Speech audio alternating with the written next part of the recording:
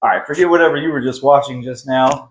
This is more important. I met my dad on the day of his funeral, part three. The friend of the family had just passed away. So there I am sitting at the edge of my bed, just wondering what in the world I'm going to do next mentally. So the next day we decided to go to friends of the family's house, and it was super strange because there I am. I walk in, and there's friend of the family's wife, there's his brother, and his sister-in-law, but not him, which I found super strange, but it didn't quite hit me yet until it finally got out to the car with my mom. Once that happened, I just got hit with such a wave of emotion. I just broke down and started crying, understanding that, yeah, he really was gone. So they finally get through with the preparations of the funeral. Everything gets together. They get the visitation done. We go through that whole process.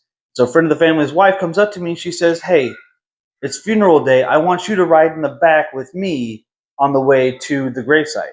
Thinking nothing of it, I'm like, yeah, well, friend of the family, I've known him for years. I might as well just do it, just to at least show respect. So we finally make it to the gravesite.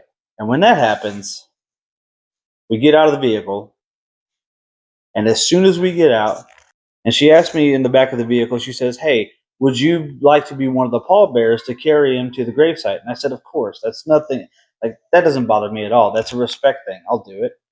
So once we finally get to the gravesite, we get out of the vehicle.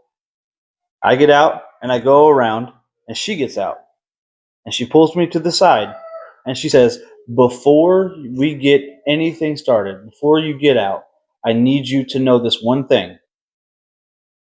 That is your biological father in that casket. I don't care what your mother says, but I think you need some closure and to be able to grieve with this process." That's a lot. So now, with that revelation, I've got to get out of this vehicle, go pull the casket out, and carry him to the gravesite. Yeah, yeah. Not a lot to just deal with right then and there. As I'm helping carry him to the gravesite, I'm just overcome with just a bunch of ideas in my mind of everything just coming together. Everything just sort of slowly started to make sense to me.